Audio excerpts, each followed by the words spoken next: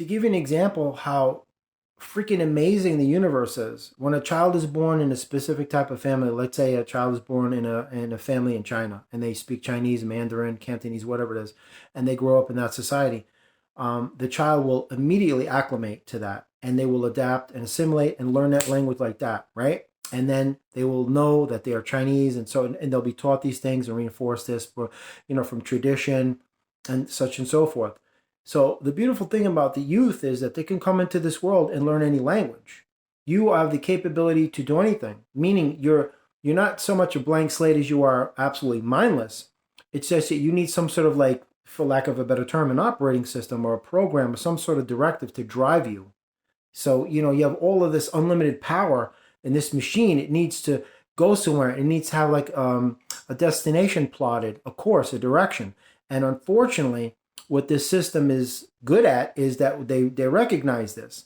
So when children come to this world, they don't say, "Hey, guess what? You're an ultimate form of force of creation. You are unlimited transformative potential. You will have, what they in science refers to as quantum, entanglement with source. You are source. You can do anything. You're a master manipulator, esoteric alchemist. You can manifest greatness and miracles anytime, anywhere. You can levitate. You can time travel. All this stuff. Nobody tells you that stuff. So unfortunately, when these children are born into these systems, they become what the system wants them to be, and that is the inherent dilemma of why it's easily in the hands of those behind the control panel to do what they want with the youth. And the youth become what these creatures want them to be instead of what they could be by realizing their own individual full potential as whatever that would be. And that was the plan of the divine. But unfortunately, you don't see that. As soon as you're born into this system, it's like, you're barcoded and you're toe tagged and you're darted and branded, and then off you go. Just another bot. And that's exactly what you get. But it isn't that the youth of today or any generation is incapable of being educated, well informed, and highly motivated. They are.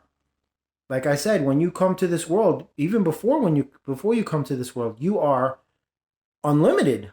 I mean, I can't even get into the capabilities and everything that you can do. It's mind blowing. It is. But unfortunately, you're born into a system that won't allow you to do that because they can't control that. See, what they want to do is, I think the population of the planet is something like teetering on 9 billion.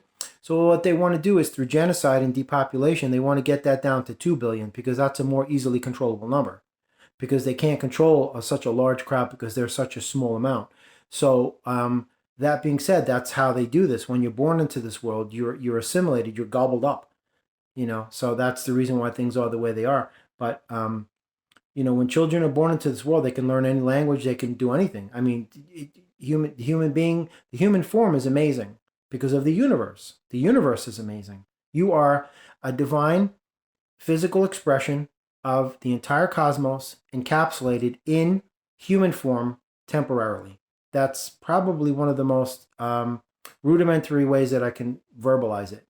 You have unlimited capacity, potential. You have unlimited resources, abilities, intelligence, know-how, guidance, talents, gifts. I can go on. It's just that you haven't been motivated to realize these things, because when you're born into these systems and these societies and in these environments and these cultures, they will not allow it. It's okay, let's say you're born in Beijing. There's rules, communist rules. So these children arrive from heaven through the birth of their mother into this world, and they're indoctrinated unconsciously and involuntarily. And that's exactly what is permissible. They won't allow you to be an individual. They won't allow you to express yourself as a unique, distinct, separate being, set apart from all the rest.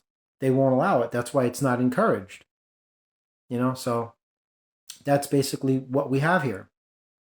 So my hope is that this old paradigm crashes and burns, and individuals around the world begin to start not being afraid to express themselves as individuals and start embracing their own unique, separate, distinct personality, character, and so on and so forth. That's my hope.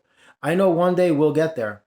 But like I said, it's going to get a whole lot worse before it gets a whole lot better, because people right now, and I see it, I read a lot of the comments on social media, People are starting to wake up in big numbers because now this little clique that's doing this, they're becoming so blatantly overt that now they're brazen. They're operating with complete impunity because now they feel they don't have to hide who and what they have always been all along, because now they're going to show even more and more. Because now, like, what do we have to be afraid of, boys? Let's just go for broke on this one.